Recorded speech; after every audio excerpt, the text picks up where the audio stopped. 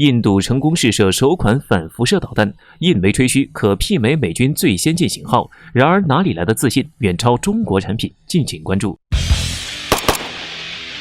近期，印度空军测试了一种新的反辐射导弹，并将其命名为 RANDREAM-1。据印度媒体报道，这款新型的导弹是印度第一枚本土研发的反辐射导弹，其研发工作始于2012年。在此之前，印度空军主要装备俄罗斯的老式反辐射导弹，且备弹量严重不足。印度希望像 RANDREAM-1这样的反辐射导弹能够摧毁敌方雷达、防空系统和通信网络，使他们无法与空中目标交战，并且能够威胁对手的预警机。印媒开始吹嘘，声称该导弹可与美国海军2017年才引入的 AGM-88E 先进反辐射导弹相媲美。在进攻性空中战役的第一阶段，这通常被描述为敲门。印度的潜在对手都建立了完善的地面防空体系，且装备有性能出色的预警机，这导致印度空军在历次冲突中屡屡暴露行踪而居于下风。所以印度希望能够依靠反辐射导弹扳回一局。印度空军的高级军官表示，新导弹可以从500米到15000米的高度发射，并且可以击中250公里范围内的辐射目标。导弹飞行速度可达2马赫，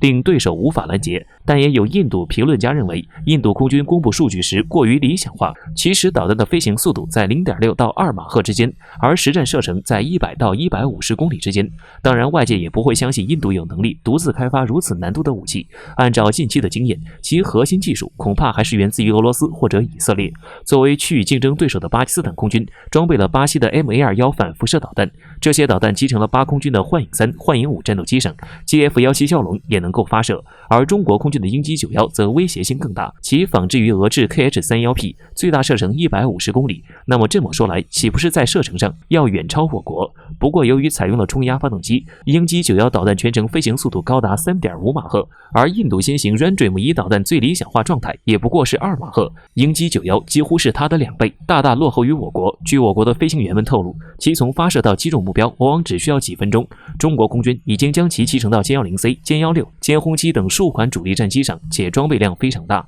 中国和印度有多种武器来源相同，基本上都是俄罗斯的产品。其次，双方的武器装备可能又来自不同的厂家，性能也有一定的区别，比如两国的苏30战斗机和 S400防空导弹等。印度的苏30 MKI 战斗机虽然一直在空战中表现不佳，但得益于巨大的机体，印度正在为其开发各类新型导弹，尽可能挖掘其潜力。但两国在国产装备的开发上已拉出差距，中国很多装备已经是青出于蓝而胜于蓝，而印度的军备依旧停留在缝缝补补、漏洞百出的情况，短期内根本无法改变。